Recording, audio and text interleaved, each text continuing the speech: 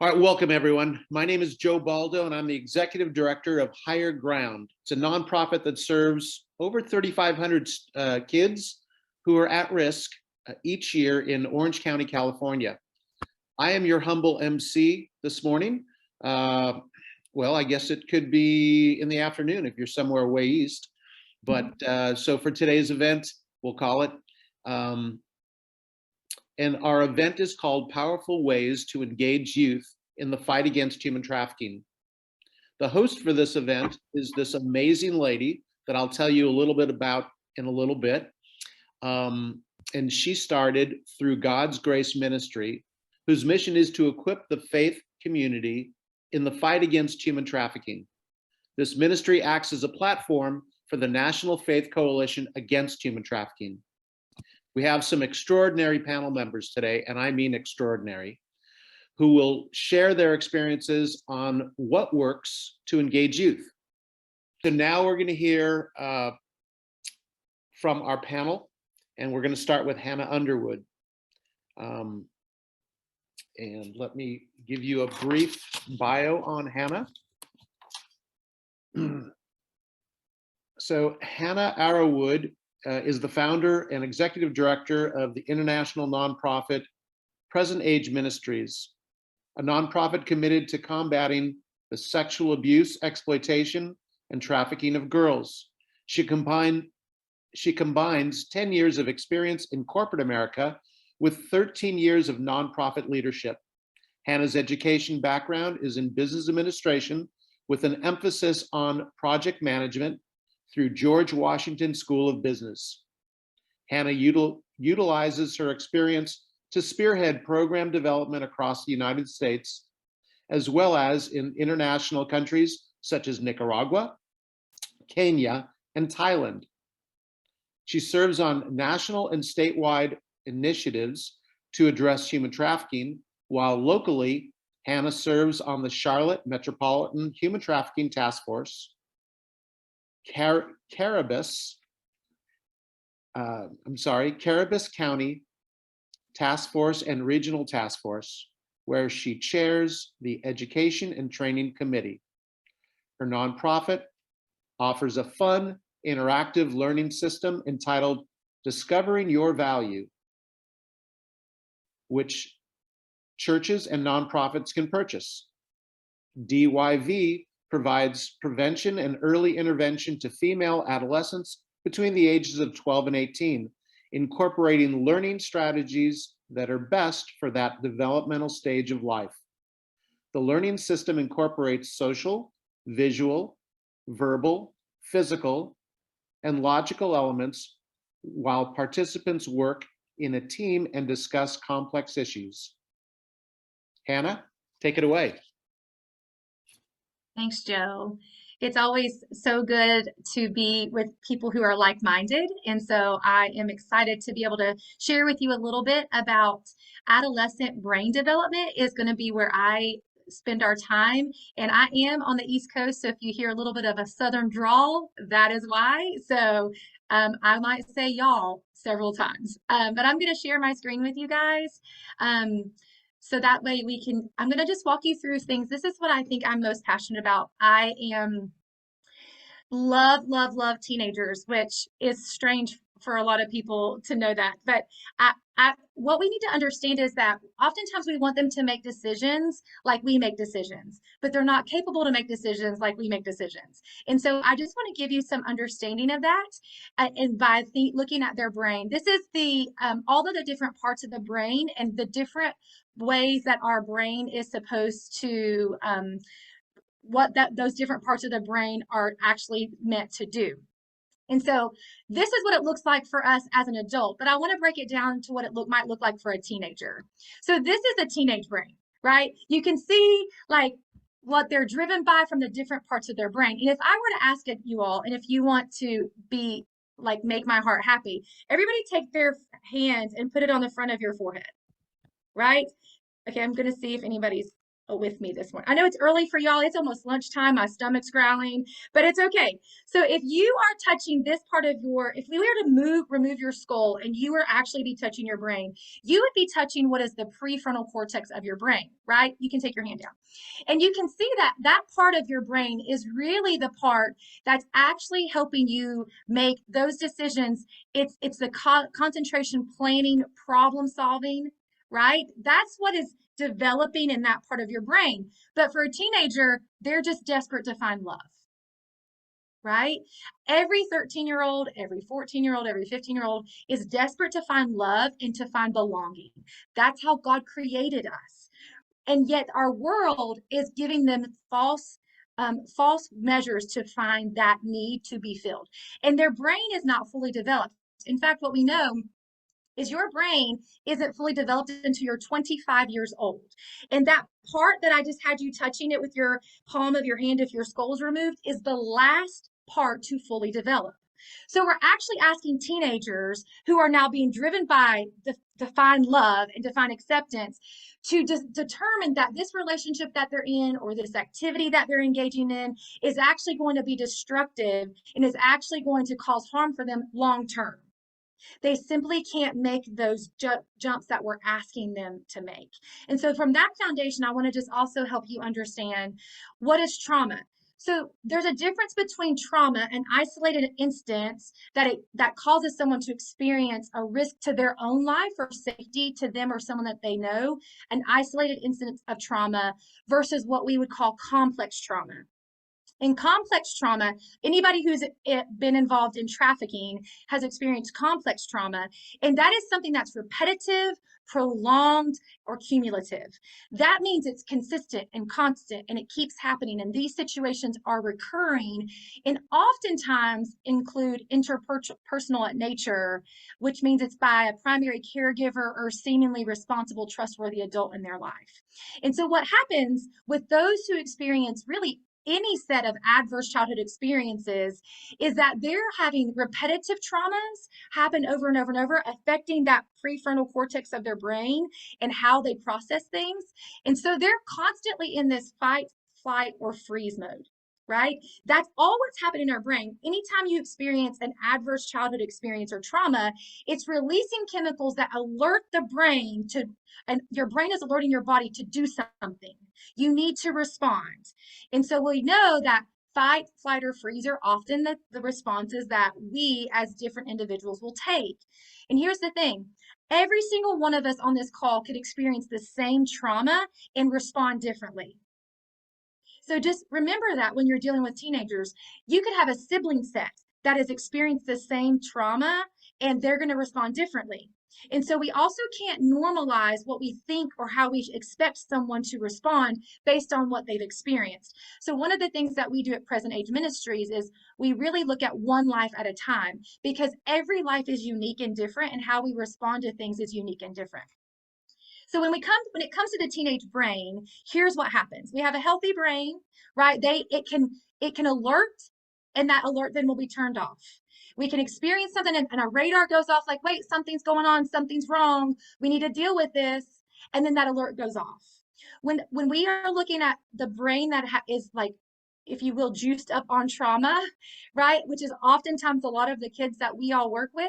What we find is that alert doesn't ever go off.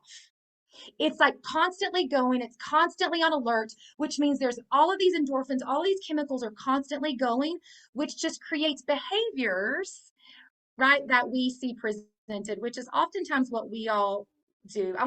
I'll wrap up with this one thing, and then I'll pass it back to Joe. What we need to understand, and this is, scientifically proven as well as biblically proven, is that we have different layers of our brain and understanding. We have what is conscious. That's what's in our mind, those thoughts that we're thinking. We have what is subconscious, which is in our soul. It's those emotions, right, that indicate something is wrong, those emotions that are supposed to be indicators, not dictators. And then we have what we know as our non-conscious, which I like to say is our spirit. It's the place where really the Holy Spirit is prompting us and leading us towards healing. But sometimes it's so difficult that we suppress sometimes those things or repress those memories because they're just too difficult. They're just too overwhelming. And what we know is that the healing journey for anybody that's experienced any type of trauma, whether it's trafficking or any other thing, is it takes partnership. But what we also know is that 67% of people who have experienced something difficult are able to overcome that by having a safe place where they can talk about it, whether that's professional help or not. It doesn't, whether it's Joe in the park, whether it's Ken with his, kids out on the street, wherever it is, it doesn't matter what the environment is as long as it's safe. And here's the beautiful thing about the brain. This is how God created us, is that the brain is moldable. I want you to imagine though, if we were all in person, I would hand you clay, like molding clay, right? Well, that molding clay, if you leave it out, can get hard, right? But it doesn't mean that if you don't add a little water that you can't then start to work that clay and then remold it into something else. And our brain is the same way. While it takes time, and scientifically it can take many, many, many days in order to have where you're conscious now, where a thought surfaces to your consciousness, it takes, up to 60 days to reestablish those connectors in your brain to reestablish a new thought, right? To really counteract that lie or that difficult thought that you're having with a new thought. But that's the beautiful part about the brain, is that it can happen.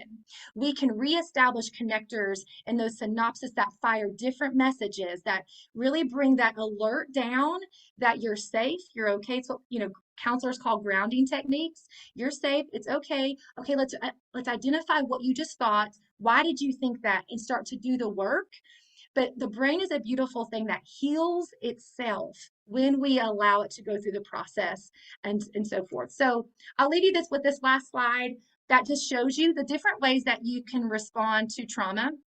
The brain responds to trauma physically, cognitively, emotionally, relationally, behaviorally, spiritually. These are all things that you might see in people, whether they're high risk or are victims that you might be working with, that we just need to be aware of. These are the results of what happens when trauma is going on in the brain. And a lot of times they don't have the cognitive or the verbal words to express it. So we need to be watching and have discernment and ability to recognize it when we see it before us in behaviors and in different actions. So there's lots of things. I think we'll get to this at the end of ways that you can engage, but it's so important to understand what's happening in the brains of the kiddos that we're working with so that we can be effective in their process and journey for healing. Back to you, Joe. Hannah, that was spectacular. And I don't just say that gratuitously. I look forward to you coming out to California. We're going to give you all kinds of reasons to come out and visit your daughter in college. I was in a class this week. We had 16 teen moms at a continuation school. It's Gilbert Continuation School. And so on Monday I came in and met them and whatnot, and just listened to what their challenges were. Tuesday I came in with diapers. Wednesday I came in with wipies, and they understood that I was there because I love them. I don't get paid for what I do.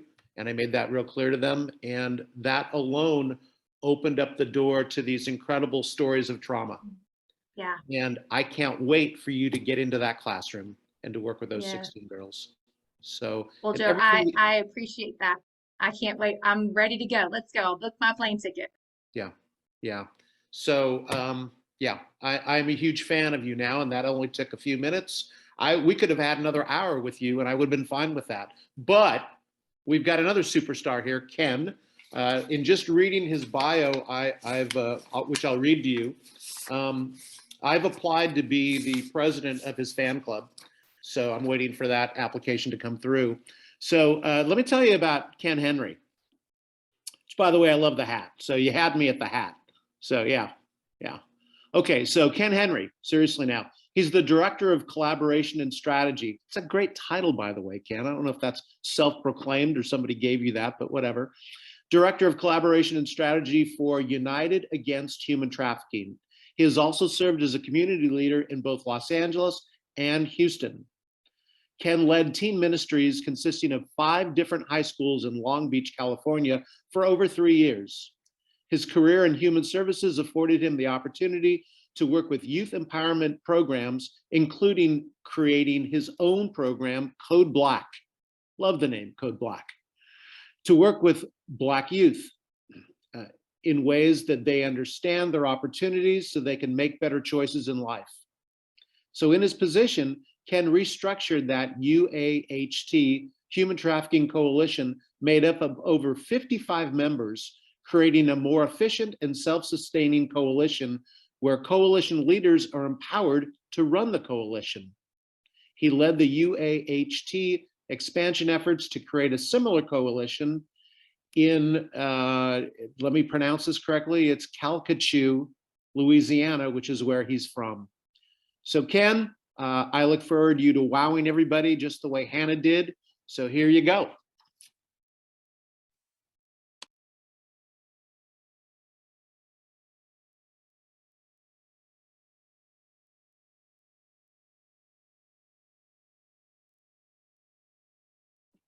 Ken, we can't hear you. I don't know why, because you don't look muted. Ken, we still can't. Is anyone else can you hear Ken? No. Can you hear me? Can you hear me? Yes. Oh, good, good. Okay, well, Joe, I was just thanking you for that introduction, and you got very close. That's a hard one. It's Calcasieu. That was a Native American territory, so they kept that. In Louisiana, we have parishes, so we don't have counties, and yeah, it's a hard one. So anyway, but Hannah, I want to thank you because I had no clue you're going to be speaking about.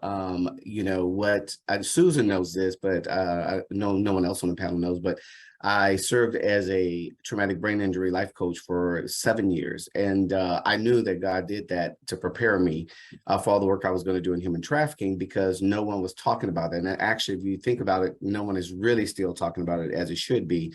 And that is very imperative when it comes down to their healing and case management and things. So I have your information. So we're going to be tag teaming some things, because I have some ideas of what I want to do in Houston, Louisiana, and some of the things we want to do there. And because I'm still over at Coalition over in Compton, California. So anyway, thank you guys for being here today. This is amazing. Love. Oh, I see my guy, Jim Carson. You guys, that's who we should have announced. This guy, anytime he's here, he's like the president in my book. We should always announce him. But today, what I'm going to focus on, we only have like 7 minutes here. So let's see. Can I do a screen sharing, Susan?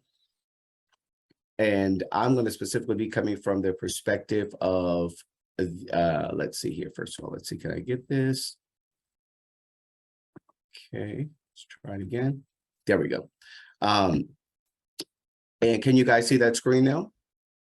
Perfect. So I'm going to be coming from the area of engaging youth, but from a church perspective, but a perspective to where this works all around, because I personally don't live my life that way. And I don't believe in siloing. And I believe I bring God everywhere I go with me. And so I think anything that I do, even in my title, Director of Collaboration and Strategy, which was given to me, Joe.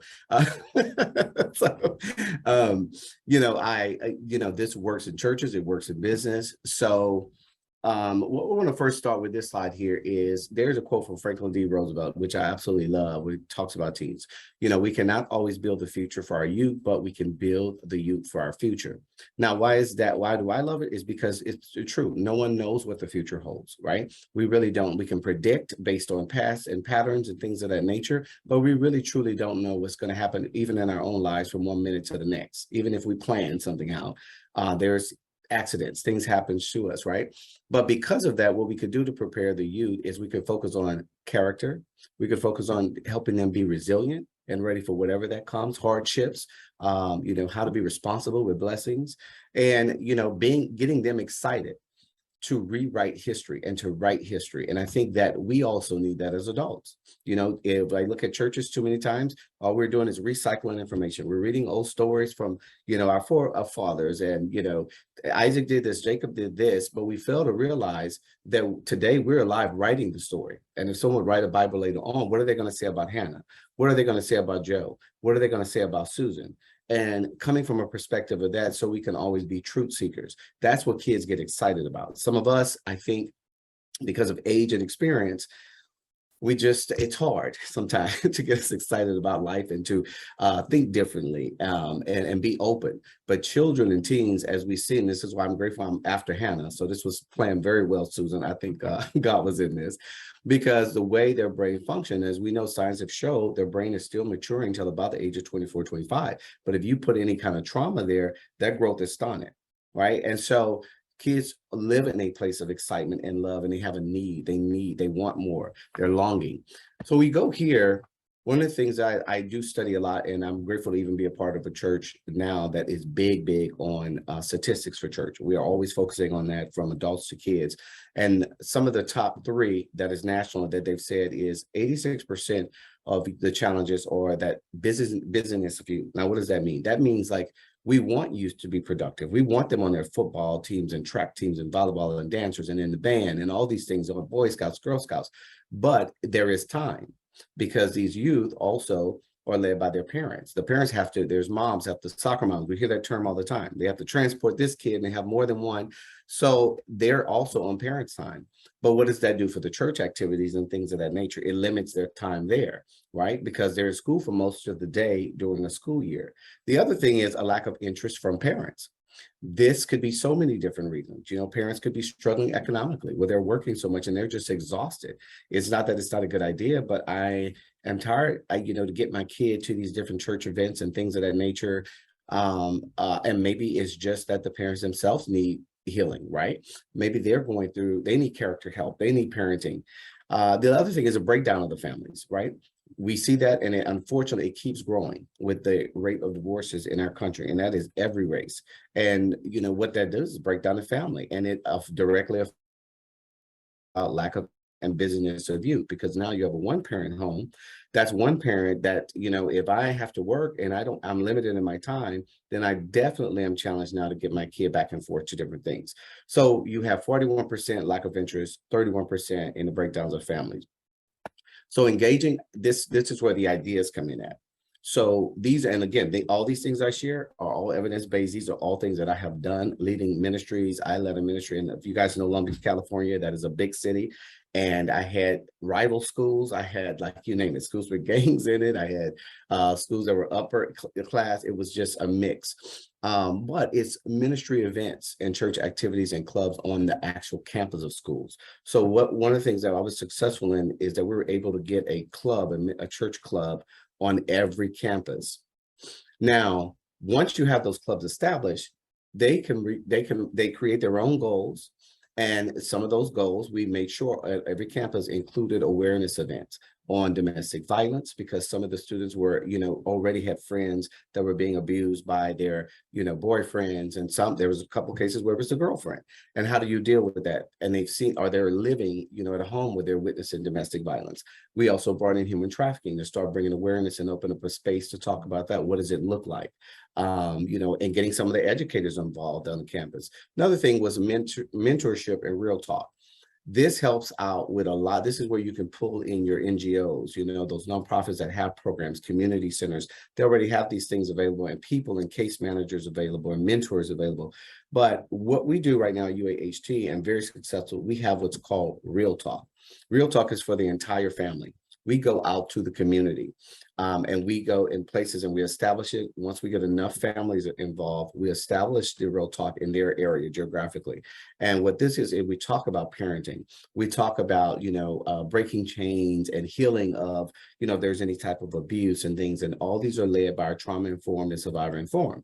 Now, we do this based on, it is HT awareness, but we look at it as an empowerment tool because it's prevention, because we truly believe empowered community is less likely to be trafficked. But you have that. Then you have, with one of my favorites, local college human trafficking groups that are already, a part of these task force and coalitions to go and adopt a school, and go to the campus. So as they're working with the professionals and growing, now they're mentoring, because these teens, honestly, of course, I think I'm pretty cool, but, they really resonate with college students, right? A lot. They're aspiring to, most of them, to be at that level and that stage of life. And I think one of the things in Orange County, I know for sure, with Vanguard University, they do a great job, and they've been doing that now for at least 3 or 4 years with one of the schools in Santa Ana, where there's a huge human trafficking club there, assured by the students from Vanguard University. And I've seen it live. I've seen the students, met the students, talk with a lot of them, talk to the campus, the college students as well. So what we do is we get ideas that will combat this. When we look at these statistics, you think about how do we activate and combat these things, right? So you bring ministry, we got to, in a way, we have to kind of redo church, the way we do church as our world evolves. Then now we have to think about what is that most common saying? I know you guys have all heard this. If you're a Christian on this line, you've heard this in America. The most segregated day in America is Sunday, where you have the Black church, the Hispanic church, the white church, the Korean church, the Asian church, but we're supposed to all be God's people and Christians. But this speaks volumes. But then we want to have kumbaya in the world. And we want to have these, communities where everybody's getting along and understand each other. But the God's people won't even on the most important day make it a commitment and have conviction to make sure that the face of my church changes. So, we have to discuss that and we have to talk about those things. And why is that important? Because our world keeps changing. You look at, it says right now, just when you look at the Black race, nowadays, 1 in every 50 Black families are millionaires. And that is constantly going up. And you're seeing that with Hispanics, you're seeing that with Asians, you're seeing it with tons of minorities in this country. So what that means is, with that wealth, there comes opportunity. There come opportunity for better education, better neighborhoods. That's going to put them geographically in different places where maybe there have not been a large percentage before. So now that's who's going to church with me if I'm white or whatever. That's who's in my schools. So I can't ignore that. So again, it sounds nice to say, I don't look at color. We don't look at color. But we have to look at color, okay? And that's one of the things that just burns my spirit. I don't look at color. I understand the concept of that, but you need to, because with a lot of that color comes experiences and comes a culture that may be unfamiliar to you. Now, we know there's cultures within cultures, and teens get this. They get this way better than us adults. Now, I'll tell you that right now, they get it way better than us because they have been coming into a world that look different than ours, where they've already seen that. So they don't have to sit and look at color. They understand, I need to understand culture, and they have tough conversations all the time that we kind of tiptoe around, right? And we want to be politically correct. I know, Susan, we don't have that relationship, but but many do, but this is important. And I provided a YouTube link here, which it's a great documentary on that, the Black wealth and how it is changing, growing in America here, just for reference. And I'll end with this. These are some practices. I believe in practicals. So these are things that we've done that is really working very, very well. This is where what we're doing right here is so important, because I look at the screen and I see all colors of faces on here. I see different genders, and this is important. But we have to continue to do stuff like this and then bring things out into the community like this, because I don't see a lot of youth on here, right? I see us mature, seasoned folks on here. Many of us have kids of our own, some have grandkids, but we need to bring dialogue, this right here out into the community. And so you can do small groups, right? And talking about how does human trafficking impact different cultures. One of the things that we do at UAHT, we're part of a partnership of 4 entities here in Houston, and we put on these huge, it's called the Justice Series. And so what we do is go and we do panels all throughout Houston with the intention of, we make sure whatever, for instance, we did one called Barbershop Talk. That was changing the narrative about Black men, that there are no Black fathers in the home, when we know there's so many Black fathers in the home, that there are all street pimps are Black and those things. And then we make sure the audience is intentionally not Black. So we don't keep Blacks out, but it's more of a white audience and those other races that need to understand. And this was a panel of, I was the only one working HT. You had a trauma-informed therapist, you had a pastor, you had a business entrepreneur, you had a banker, you had different men that represented different fields of influence. And we had an open, honest dialogue, even about it. And it was all centered around trafficking. But though that was so powerful, when that audience got up to speak at the end, like they even said it, this needs to be all over America. Like, you guys need to do this everywhere. This was powerful. And this is what changes things. You have to start the conversations. So that's an idea.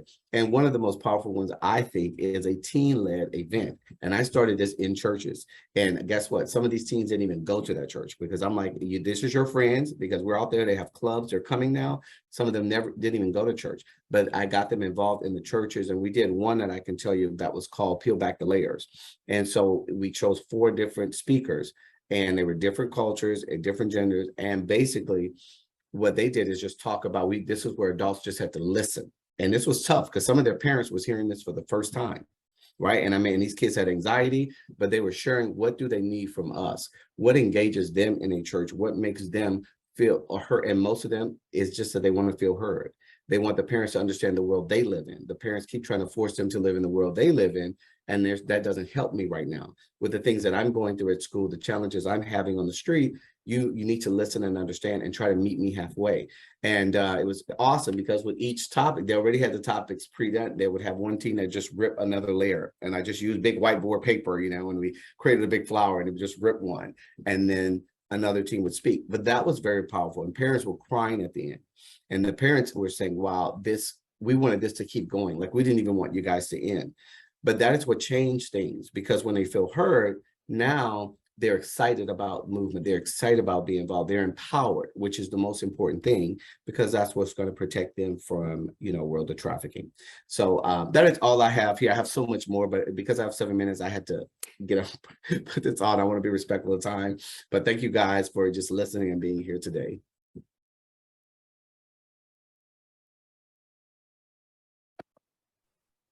Ken, that was absolutely outstanding. So Hannah set the bar high, and I'm thinking, okay, she was the climax, she was the high point, and then we'd start gearing down, but you just kept it right up there. So please know that I'm so impressed. I want to emulate you every way I can. I look forward to working with you. I'm going to start by wearing a hat. So there you go. So I love I'll be Kenny Jr. I absolutely love it. So everything that you said, I want to do with you. So I spent a lot of time in Compton myself at the Urban Youth Academy.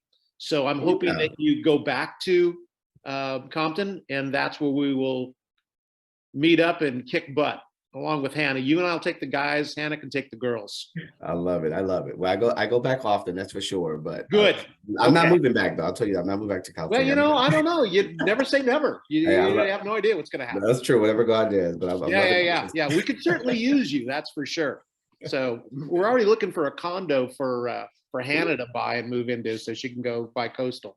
So, all right, look, we got to keep going here. I would love to talk with you more, but we'll do that offline.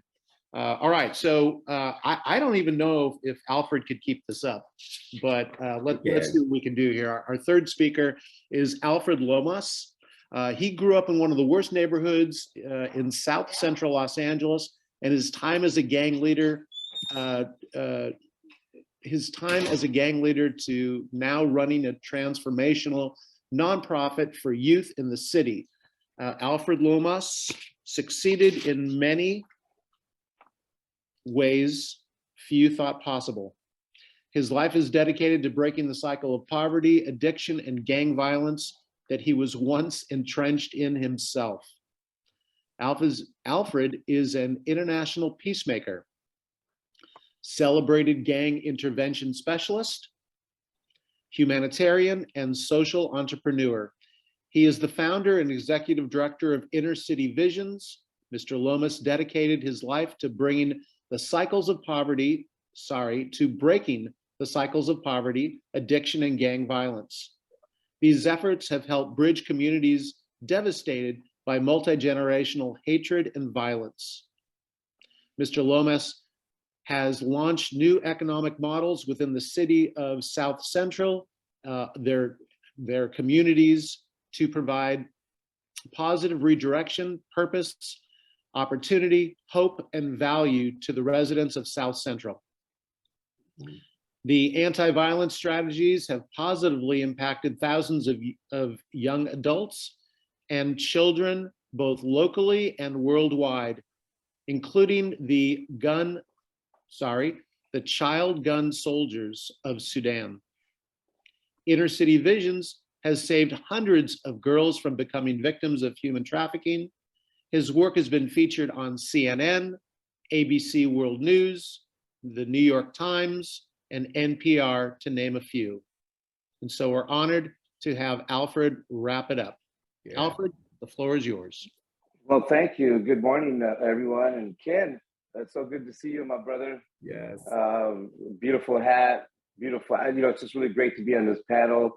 And you're right, Ken, starting out with the trauma care informed and how the brain is negatively impacted is really important for everyone to understand the devastation of what violence and what complex trauma does to our children and folks as a whole. Today, I'd like to, I know we have a little bit of time.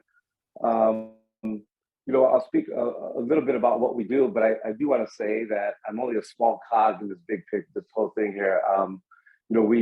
Our partnerships and collaborative model is really what allows us to be effective in this fight and to engage youth. We work very closely with licensed clinical social workers that specialize in CSEC, clinicians that specialize in CSEC. We also have what we call the value system. It's not just collaborative, as a pie chart or as a grant proposal, but it's really how do we develop the value systems, right? We know that it's collaboration, but it's also partnering with compassion and dignity in this work.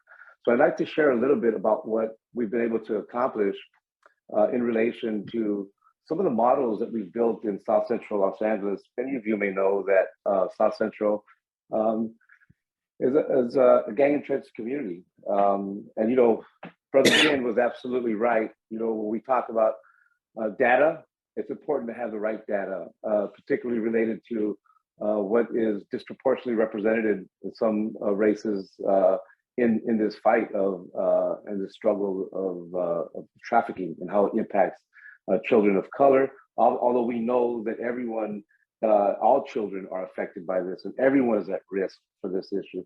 When I speak primarily in my, I wouldn't say expertise of work, but in my area of work, we specifically focus in high crime communities. So these are metropolitan areas, you may know, like Oakland and South Central Los Angeles, Atlanta, Georgia. These are metropolitan areas that have many commonalities related to what the breakdown looks like in many communities. Not all communities, but there are marginalized communities that have been severely impacted by violence. And we know that violence creates a vulnerability in a community. And the reason why we're speaking about our efforts related to safe spaces is because as the young lady was talking about the impact of violence on the brain, we know that as we develop community-based efforts, and if we're able to meet our clients where they're at, then we have to have safe spaces in order for them to thrive. So one of our mission statement is engaging high crime communities in a collaborative model to establish safety for all children. What we've been able to develop is a two-pronged model. And in this two-pronged model, the first pronged model is a public safety model. And what we're able to do is, I'm what they call lived experience, having been a victim of complex trauma, and also been involved in violence. And today I'm a transformed individual that is passionate about helping children that have experienced many of the same issues that I experienced as a young child. However, that trauma propelled me into a gang lifestyle. And what we were able to do in this two-pronged model is we have certified interventionists, and I'm one of the interventionists as well, one of the pioneers to go back to this work around 2005. And just to give you some numbers, because data is important, good data is important. In 2012, we were asked to participate in an initiative in a high crime area. In fact, this area was identified by the state of California as one of 5 locations in the entire state that had high rates, disproportionately represented high rates of violence, mental health, diabetes, and all the negative health outcomes. So we participated in this community-based initiative, and the evaluation several years later through public health, there was a 43% reduction in murder and violent crime at that park. Unprecedented that we were able to reduce murder and violence with this collaborative model in a high crime community. We knew we were onto something, and we went to the local schools that were experiencing high levels of race-based violence at the time. It was racialized violence. And what we did was we incorporated a similar model, right? And at the time, it had one of the highest suspension rates in the entire Southern District. 3 years later, it was one of the safer schools. These data points not only are important, but vital vital to understanding how to create safe spaces for children that oftentimes in families that are that are hardworking folks, but cannot leave these communities or these metropolitan areas across the country, and they're held hostage because of the violence. Well, what we were able to create as well was the second prong now is that we're able to, in our second prong, is create a service delivery model, and that's part of our community engagement piece as well. So first we have the safety piece, where we have trained, certified gang interventionists that create safe spaces. So I'll be very brief on this. It's very simple. I wish it was complicated and make me look like I'm smart, but it's not. It's very simple. As a credible messenger is the term they use. So me being from South Los Angeles and having a lot of negative influence, and I'll use that influence now for positivity. So data driven is we look for hotspots, gang hotspots, and everyone in the community knows who I am, and everyone knows who our team is. So there's no questions on the messaging. Gang hotspots and data driven is wherever there's clusters of killings and murders that happen, we can look at a homicide map and we direct resources to those particular areas. And that resourcing is being able to de-escalate tension, right? Being able to mediate certain types of violence, and then being able to connect families to services. And what we've been able to accomplish as well is we understand in these hotspot areas that a lot of children and families are preyed upon because there's a lack of investment in these communities. People live in fear. They won't call law enforcement. They can't. And by the way, if I'm in one of those communities that I work in and there's a killing in front of my house, I'm probably not going to call the cops either because I have a family and I'm scared. That's the reality that we need to deal with. That's the reality that we do deal with. So as a credible messenger, what we're able to do is really change the culture. When we stop and think about it, we think about violence and gangs, what we do know from TV and media and what we see in the news, and it's sensationalized and it's horrible. And in many cases, there are very horrific cases that do occur. But when you stop and think about a credible messenger that's able to go in the middle of all this violence, right? Able to mediate, able to provide services, violence is no longer normalized in these communities because they've allowed us to provide services. When I say allowed us, that includes gang active folks. So what we've been able to do in the trafficking space then is in our collaborative model, we have an MOU with LA Unified School District. We also work with the local parks. We train the park directors and individuals that can identify the risk factors. And then we have referral programs that come in before children are picked up, before they're groomed. If they're, when we first opened up our facility in relation to the prevention for trafficking and intervention, we had a 95% enrollment that was completely community-based. We had the grandmothers, we had the aunts and all the caretakers from the communities. We rolled out, we said we're starting a program for these young girls that are running away, that are involved in all these different risk factors, and that community brought them to us. How amazing is that? And what we were able to then accomplish is to create a safe space. So in that safe space, folks, I'm so excited to tell you that in the 7+ years that we've done this work, we have not had one incident against our girls from a pimp. We have not one incident from a jealous boyfriend at our location. None of our staff have been threatened. And by the way, we have not even had one incident of graffiti in our location. That is because everyone that is part of our nonprofit work as a community-based effort is from the community. We were able a peer-to-peer model where the young girls that are graduating our program are then able to create programmatic input in relationship to what many of these young girls are experiencing in the communities.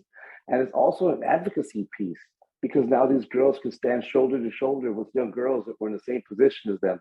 We know that how vital that is from a peer-to-peer culture, but also as my brother Ken was talking about, the importance though for these young girls to live along, to live and work in their community and to also work alongside individuals that look and talk exactly like they do. It's not only is it vital, but it's transformational. And we also have finally our logic model in 2017. Cal State LA assisted us with our theory of change. We had 9 girls and girls that were at risk and some girls that had been trafficked. And we had an 85% retention rate on our first year program. That is completely unprecedented in the field of trauma. We know that many of these young girls are constantly running from placement, rushing from juvenile hall, running from place to place because of the untreated trauma, and also because of the fear and the unpacked trauma. So an 85% retention rate in 2017, folks, to date, we have over a 90% retention rate. And I'll tell you really quick, well, we've been able to accomplish that. And this is I'm landing on all this now.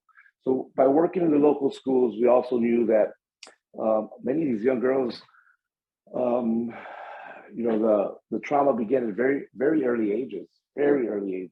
So interventions for us, when we began to, it began at 6, 7 years old sometimes.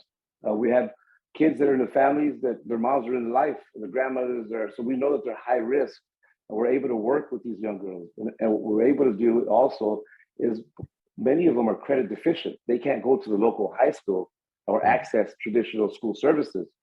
So we created an alternative school with teachers and tutors that are trained in trauma care informed, along with the licensed clinical social workers and our advocates. And what we were able to do is, we know that education is the key to success. But here is what our centerpiece of work is, because all these kids, folks, want the same thing that everyone else wants. They wanted a job. So we were able to work with Hub Cities, which is an state employment agency, create a work source site at our location, because many of these young girls, it's 2 steps forward, 3 steps backwards. So they're able to professionalize at our location with a safety net, and they don't have to navigate across cities or go to another location. They can work, they can make mistakes, they can get a job, they can earn. And we also have a driver's school for many of these young girls.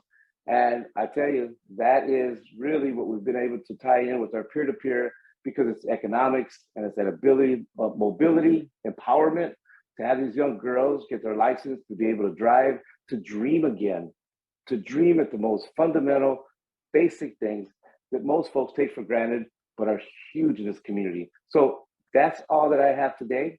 Thank you. So Alfred, that was outstanding. I mean, as always, you move me to tears. I mean, just your heart for your community and what it took for you to go from a gang leader to making the kind of contribution that you make is just, I mean, it's overwhelming.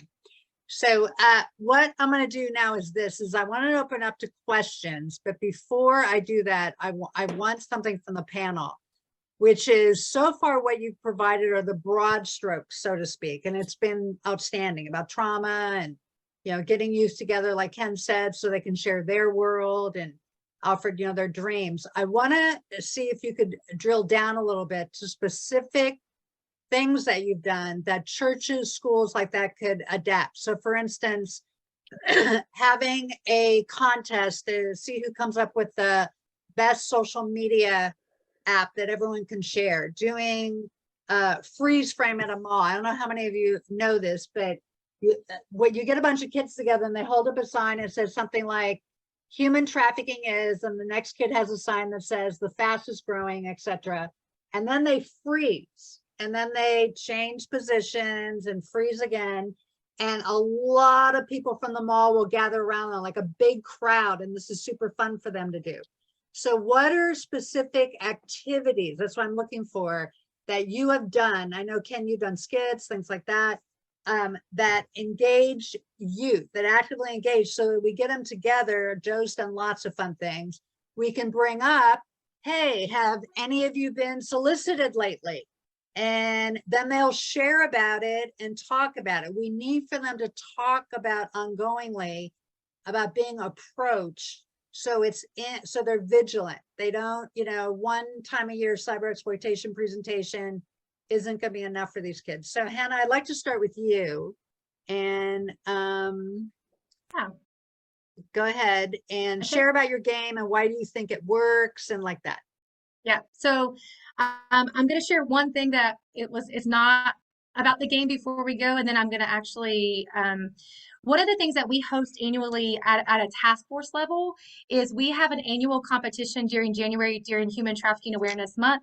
So we launch it in January, and it launches, and we make a big deal about it. Is a PSA competition among our high schools. So we get our SROs, our school resource officers involved. We get our teachers and our support services, so the guidance counselors and things like that involved. And Present Age hosts a cash prize, but they get identified kids within the school that want to do this, and they come up and are appointed a liaison from the task force that they can ask questions about. It gets them interacting with people in authority in a positive light versus in a negative light, all of the things. And then they present these PSAs that are created. It's all digital. You know, our kids are whiz on and digital things. So let them do it, but for a positive, something positive. And we host a competition. We announce a winner. The school gets a monetary prize. It's a big deal, but it also gets them talking about the issue, which is also why we do that. The other thing that I want to share with you, and I'm going to share my screen, is we have created a learning system. We actually intentionally don't call it the game. You all will all know why. If people are trying to get out of the game, we don't want to refer to this as the game. But we have this learning system that we have created. We did it with subject matter experts. You've heard everybody talk about the importance of all of the things. So we had teachers, directors of child advocacy centers, licensed therapists help us create the content that really address the issues that those who have been victimized are addressing, so we can address it with those who are in that process or at risk or even potentially being groomed. And so what it looks like is it looks at these learning systems here are the key components. This is a literal picture of the learning system that we created. It's a giant game. That's what kicks off. So it's built for small groups. We don't really want any more than 16 participants, just so that you can keep the conversations private, and there's a safety component to that. You can engage in this learning system 12 times before you ever repeat content. And the main categories are what we all know female adolescents are really struggling with are cultural influences. How does the culture influence how you view yourself and others? Relationships, both romantic and non-romantic. What are boundaries? How do I deal with those things? All of the self-image. How do I see myself? And what is telling me and defining how I see myself? Sex. We talk about it very openly. And how do we get them talking about it?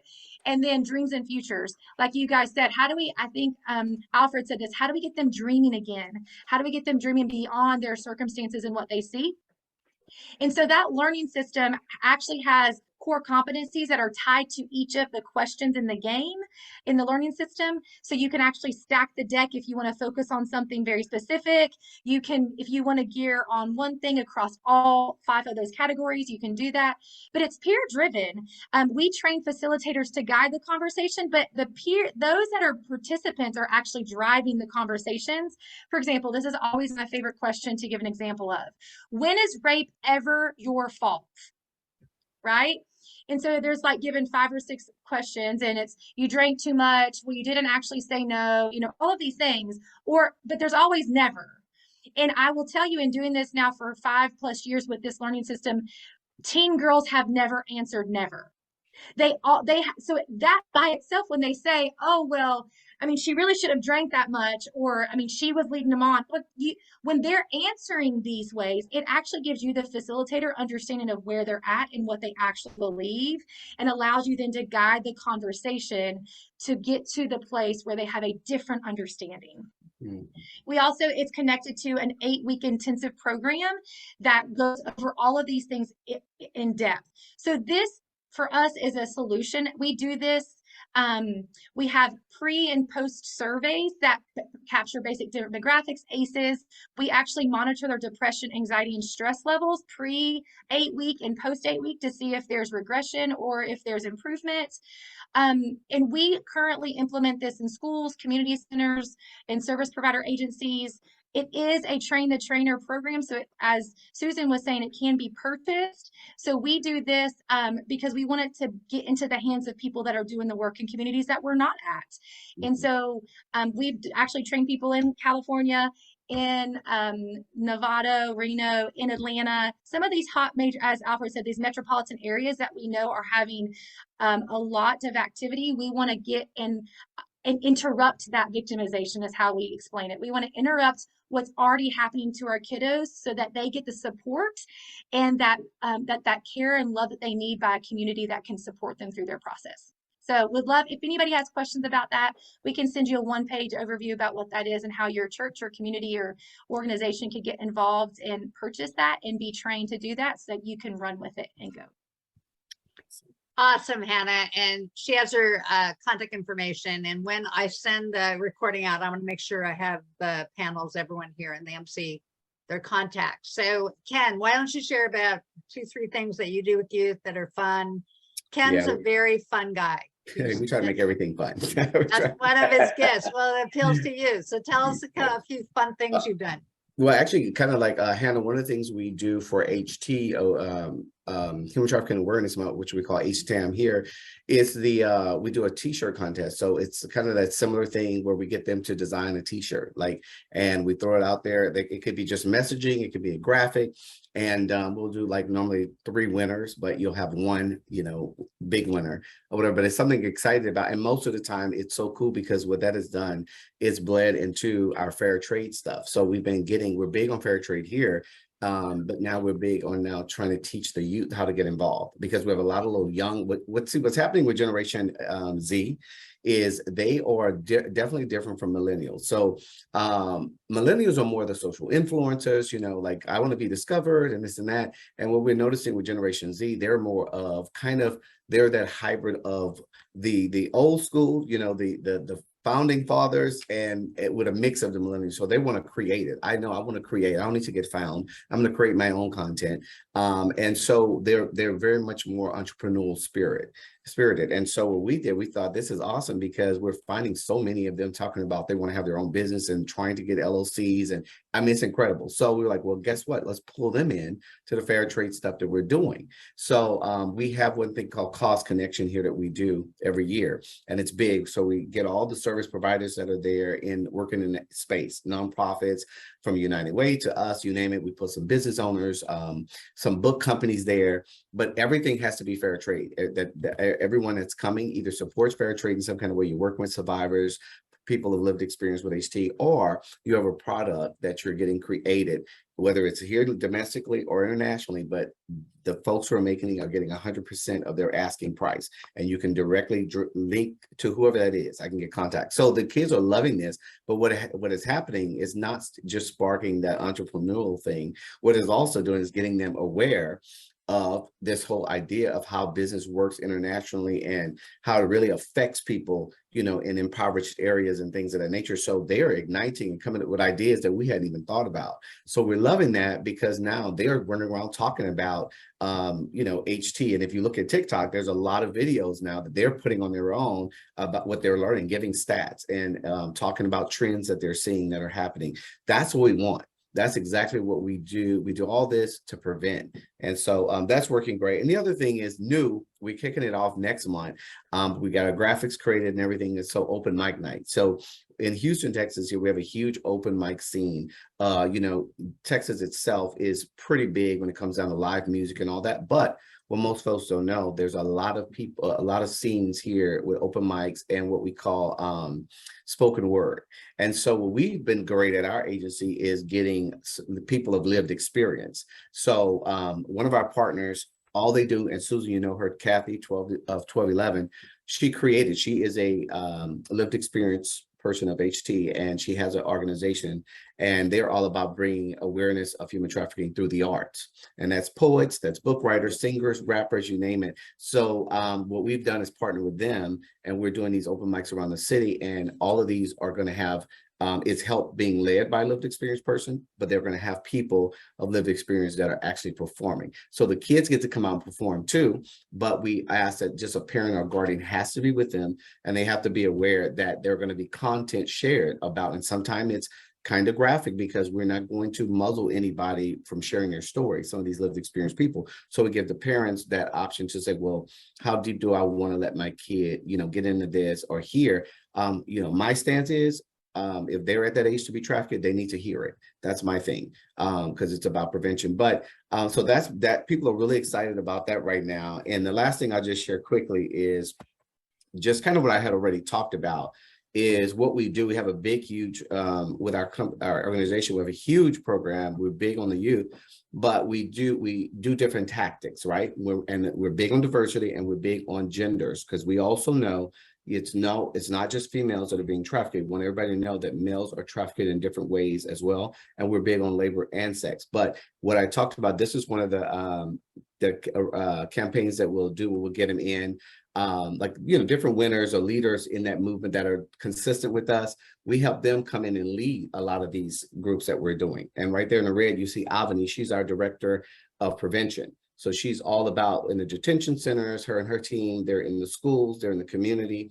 And then, of course, the social media, we're big on that, having them help us out. They intern with us to do our we teach them how to follow our branding and all that, but they're excited about that. And they help us get the word out to so many, teens and schools and TikToks and things like that. And then the other thing is I talked about, having major campaigns and messaging about men and boys. We're doing something here in the where teens are involved with the airports here in Houston. As you know, this is an international hub. So we're having something in October, actually October 14th to be exact, where we're going to be talking about messaging within the airports and graphic images showing males and females and different races. And then basically this is it here. Yeah, the real talk is what I want to talk about. This is very, very powerful because we have some real talks that are just for teens, but then we have real talks for the parents and the teens together. And it's a very candid, open conversation. We make sure it's a safe place and that everybody feels heard. And when I tell you, they are always asking us, hey, we have a family that want to join. When's the next, classes are going to start? Teens are coming. Hey, my friend, when can they join? So these things are very powerful. We're just big on creating a safe space, and you can be so creative in different spaces. Think of a concept and a theme, and then what does that space look like? You can do, it will blow you away, the things that you can do. And that is really low maintenance. That's the thing I think people don't really understand. A lot of this is you just need a space to have people come to, and you're just talking and you're showing video. I mean, you don't have to spend a lot of money to make powerful movements in this fight. So that's all I wanted to share. Very good. And just to kind of piggyback on what Ken said, the parent presentation that we developed has been done with over 4,000 parents. The teen one with over 10,000 teens, no, 6,000 teens. You can take it, it's easier to edit than create. I know that Ken said you can create a powerful presentation. Some people that's a little daunting. You can take something and add your videos or whatever you want to do to make it happen. And like Ken, they're always saying, oh, when are you going to do this again? I want to bring a friend or whatever. They really get lit on fire. I know that, churches are a little, I think, more sensitive to things like, well, what are you going to tell our kids? Right, you're going to talk about rape, or you're going to do this. So what I tell the youth pastors to do is invite the parents, but they have to sit in the back, because if they're sitting next to their child will not raise their hand and share. They need to sit all the way in the back. And I've done these presentations, and what happens is I'll talk about sexting, and the teens will be like, yeah, we know all about that. And the parents are like that. But the reason why we invite the parents to sit in the back and come is they're much more comfortable with the thought of being in the room if their kids are told something they think is objectionable or too graphic. Then as a parent, I heard what was said, and I can go explain it to my child on my terms. They feel much more comfortable. What makes them uncomfortable is thinking someone's going to come in and talk to their kids. They're not in the room. They have no idea what was said. That makes them feel a little threatened. So this is something, especially if you're in a church, and I always send my presentation, my PowerPoint, to the youth pastor. I have them look through it, make sure they're comfortable with everything so they can answer parents' questions. I make sure I'm clear that I'm not going to show anything pornographic. If a teen stands up and says something, I don't have control over that, but I'm not going to show anything pornographic. I'm not going to talk about rape. I'm going to say things like, they're forced to perform sex acts. I use neutral language. I emphasize all that so the parents feel comfortable. And as you and I both know, the teens get very graphic, but again, that's on them. That's not on the presenter, so that they're, you know, comfortable with the whole thing. So Joe, I'd like you to go next. Let me see, are you unmuted? Okay. And talk about some of the fun things you've done to engage teens. Oh, well, you know, we kind of give them carte blanche. So we always have a big think tank and we talk about things that they would like to do. So maybe it's, I don't know, Wet Wednesday, where everybody is told to bring a spare set of clothes. And then we, between the hoses and the water balloons and the water guns and whatnot. And the whole idea is exactly what Ken said, have fun. And, you know, it breaks down all the barriers and all the walls. And then after that, we sit down and have something to eat and we talk. The magic of what we do is in the peer-to-peer. You know, we've got the college kids that are mentoring right below the high school kids that are mentoring right below them, or the junior high right below them, or the elementary. We start with second graders. So, and I want to say we've got about 38% at last counting of our leaders used to be our kids. So as the years go on, it's a higher and higher percentage, which is exactly what we're looking for. So I don't want to take up everybody's time because I know we still have Alfred that we want to hear from. But in a nutshell, it's just, you know, it's a hot dog eating contest. It's a pie in the face contest. It's messy, it's ugly, it's fun, and that's what kids want. And Yeah, that's it. very good. Go ahead, Alfred. What are some things you've done to engage your youth? Absolutely. Well, what we found to be true is exactly what everyone just mentioned, is the peer-to-peer input coming in from, and that's so, we can't gloss over that. I tell you, I mean, oftentimes most people are thinking top down, and it's not top down. It's really getting that collective input from the youth. And then what we have found that has been a real game changer for us in the connection piece has been one of our survivors. It's led by one of our survivors. She's a CSEC survivor, and she's all part of our staff. She works closely with our program manager, and it's art therapy. Right? The girls love the art therapy, and it's driving them to a place. And this is what they've decided, and what they've really seen as a centerpiece to some of the therapy involved with kind of just having that safe space. And some of the art that they've done is brilliant and beautiful. But they've also done avocado masks, and I forget what you call that, because I received a few jars. Me and my wife, I didn't start using some of that, but it was beautiful to see that they had the masks and the rinse that were being handmade, and it opens up the discussion. And you just see, I mean, just to see that happen, it's such a beautiful triangle. You can just see how that is really working for them. And if there's any conversations related to exploitation or challenges that are happening, the program manager and the survivor, then, you know, talk to the therapist. We begin to map out what it looks like and every case is different. But also the beauty behind that, right, is the simplicity. It's really the simplicity. I think Ken talked about that, Hannah talked about it. You can use any space, get a group of kids, let them decide what's a good starting point, what's a good baseline. And then the rest is history, because then from there, you've got that starting point. And the other piece, you'll never guess what was actually overwhelmingly, consistently, one of the other big pieces was MMA, mixed martial arts. All the girls love MMA. They watch UFC. So there's a whole engagement piece in training. They learn jujitsu. They learn, and it's really great. I mean, people know that it incorporates self-discipline, right? It opens up that door for nutrition. It opens up the door for a healthy lifestyle. You know, sleeping early, going to bed, and it also gives them that confidence as well. So that's been a really big piece right here in South Central for a lot of these young girls. Which, by the way, probably don't need MMA because they're already fully equipped. That's right. I'm loving it. Yeah, they hit them pads. You're like, yeah, look at that, the beautiful sound, bam. So it's really good to see to see them drive this that whole process. So for us, it's kind of easy, right? Just like Kim said, just provide the space and opportunity, and we're good to go. Yes, I love it. I love it. And one of the things I can tell churches is churches have people from every walk of life, and you can invite people who are therapists to come in on a volunteer basis and do art therapy, and you have tremendous amount of resources. These are panel members and our MC are all nonprofits, so they're organized in that way, but there's no reason why churches can't do many of the things I said. I'm sure there's someone at your church who teaches martial arts. They could come in and do a class with your youth. Everything they're mentioned is available to churches because you have those professionals who go to your church. I want to share something though. What you said just now is Sure, just please. very important. Like when I'm speaking, yes, I feel like, I'm a hybrid because, we're a church, a Christian man, I go to church and all that. And so I'm big on the faith community having a role in this and them having we have our power.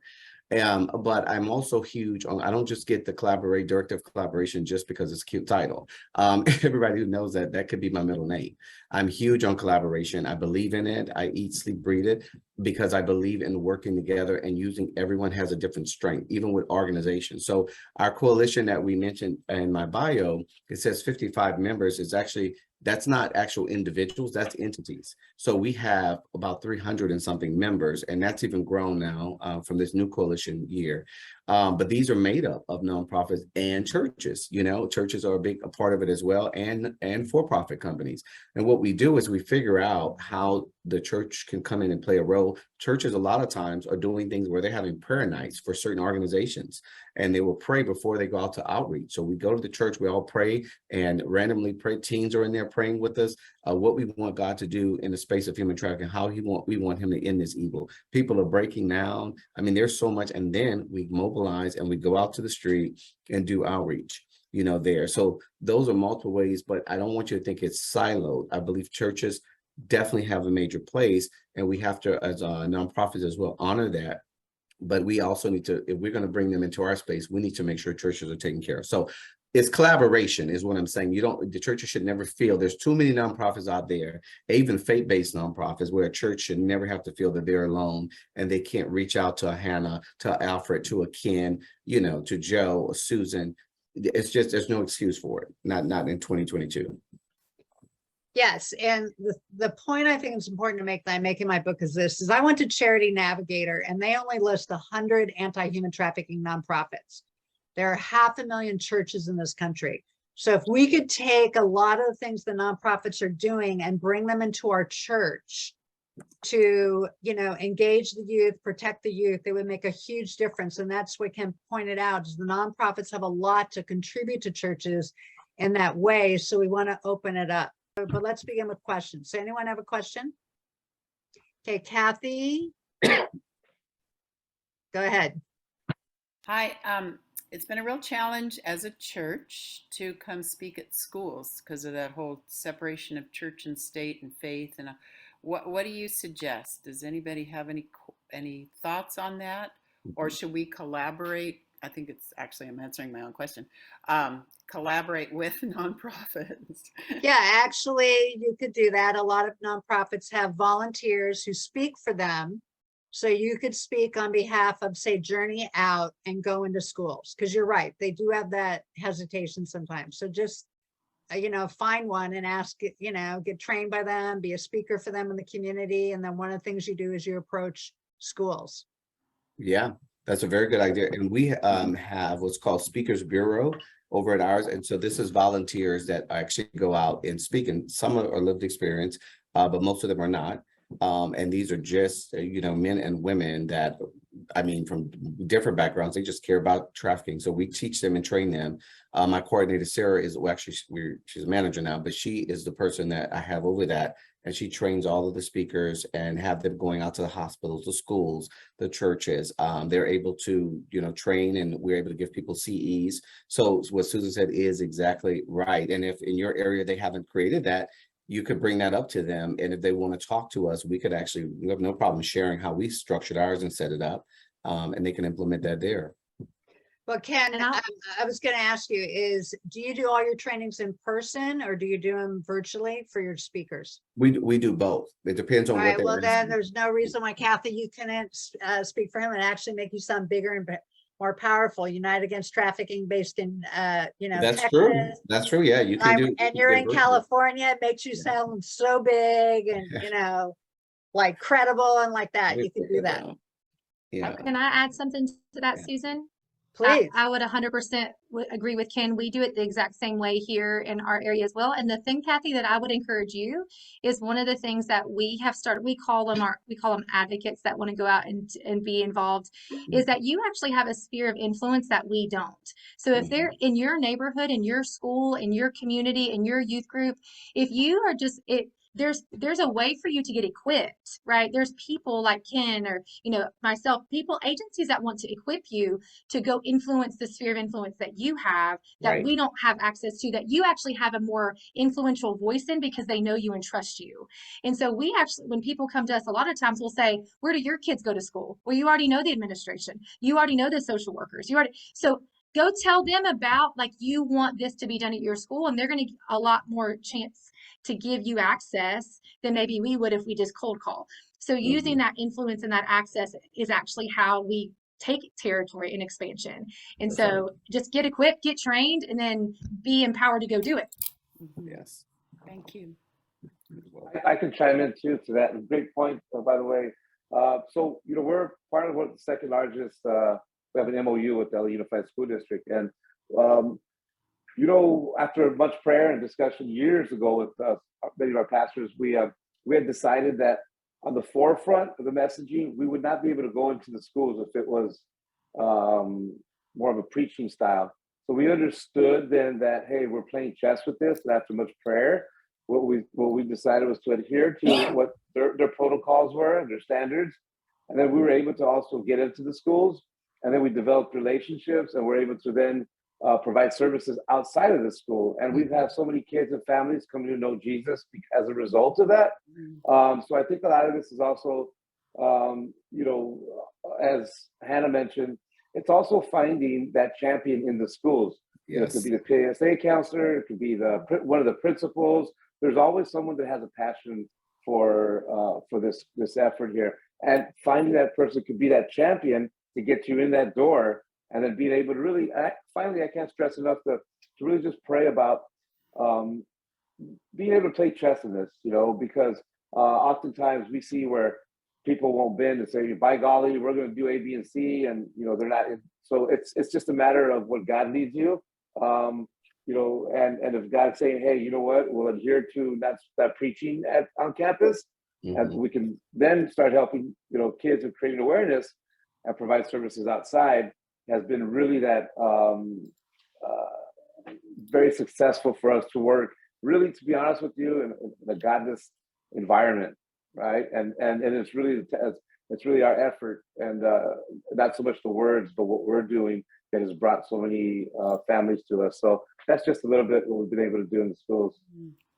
Beautiful. Because the harvest is ripe.